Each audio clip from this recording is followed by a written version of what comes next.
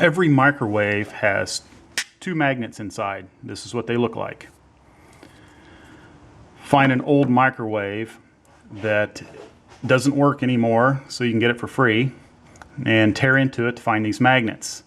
Now, a word of warning, there's a capacitor in every microwave and it holds a charge even if the microwave's unplugged. So you'll have to short that out with a screwdriver or at least avoid touching it.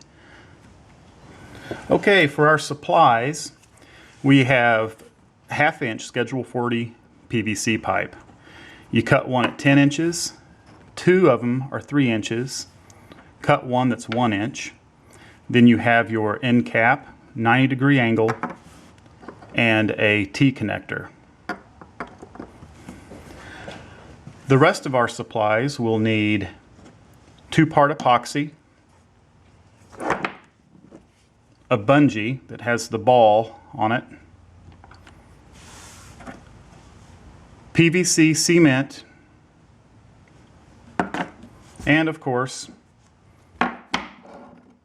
our magnets.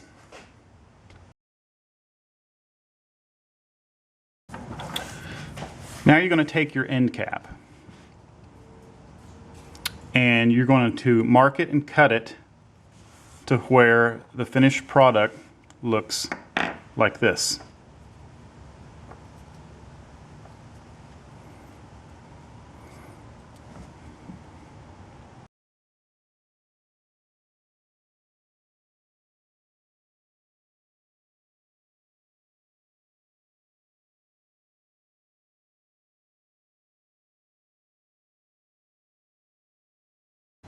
So here you have the finished product of that step.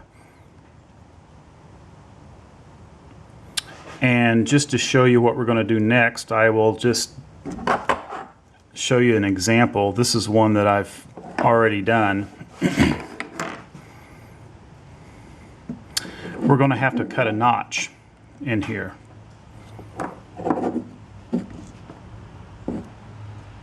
Right up here.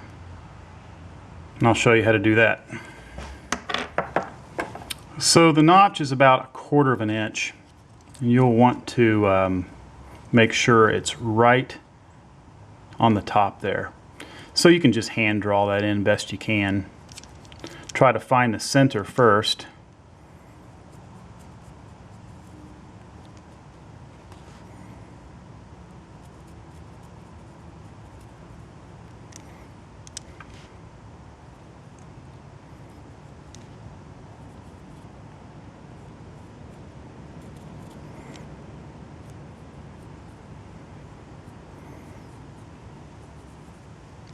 Something about like that.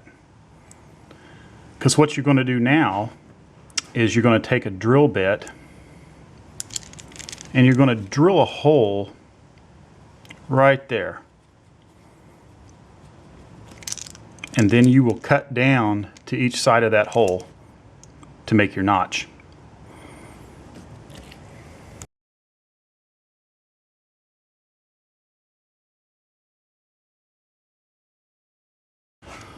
So I have the hole in the end cap, leaving a little rim around the bottom, as you see. I have sawed down to each side of the hole. Now this middle piece will come right out. So it's a bit rough right now, but that's okay because we can dress it up, take the burrs out with sandpaper, a file, pocket knife, whatever it takes to clean up the burrs.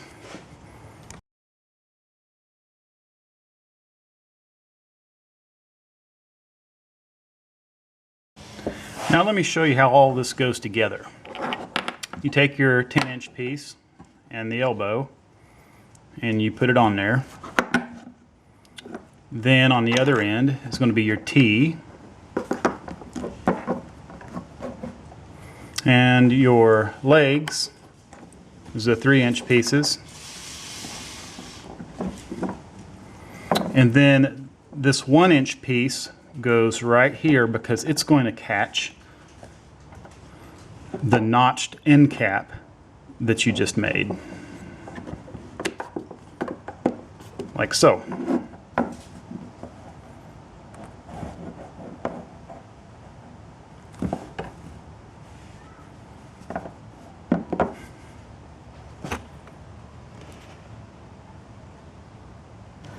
So take your pieces and glue them together, and this is what it'll look like. This is one that I've already done. The glue's already dried, so we'll just use this piece to show you how to build the rest of it. Make sure when you glue this that notch is lined up on the top.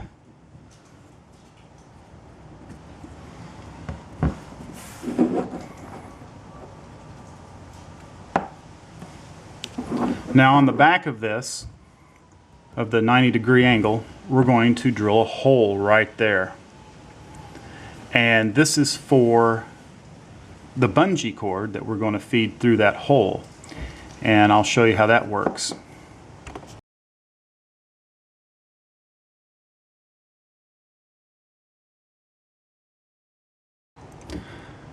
So get a wire, put a hook on the end. I've actually twisted 2 strands of the baling wire together and put a hook on the end. And this is important because you're going to want to grab the hoop of this. I'll show you what I'm talking about. You'll want to go through the top of this 10-inch piece to where the hook is coming out the other side.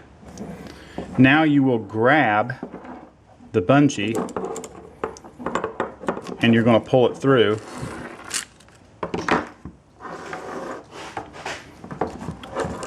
till it comes out the other side. At this point, you'll want to really grab a hold of that so it doesn't fly back in the tube. Take your hook off, and then you're going to tie this in a knot. So I've tied a knot in the end of this. The whole purpose is to create a lot of bulk back here so it doesn't pull through the hole you drilled on the other side. It kind of creates a stop. Sometimes when I make these, if I don't feel like the knot's big enough, I'll take a zip tie and just make a bulkier end on it with a zip tie, which I think I'll do and show you how that's done.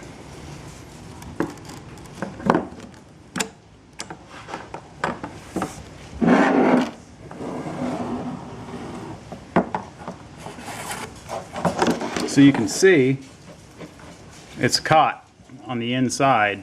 It won't pull through that hole we drilled. So now it's time to put the microwave magnets on the legs, and they should fit right in like so. And what I like to do actually is rough up around the edges, which I haven't done yet, but I'll rough it up really good and I'll put epoxy on it, and on a flat surface I'll let it dry just like that, and I'll do that to both sides. Here's our finished product. You'll want to make 2 of these, just like that, for each end of the fly rods. Now on the bottom of these, so you don't scratch up the paint on your vehicle, you can put either liquid electrical tape or find some rubber tape, or that'll be up to you on how you want to coat this bottom. I've used various things and they all work pretty good as long as it's thin. Let's see how it works. So here you have the setup on the truck. And you can see I've bungeed over the top, and then the ball gets hooked in the notch. That simple. And you do that on both ends. This will hold comfortably 4 fly rods.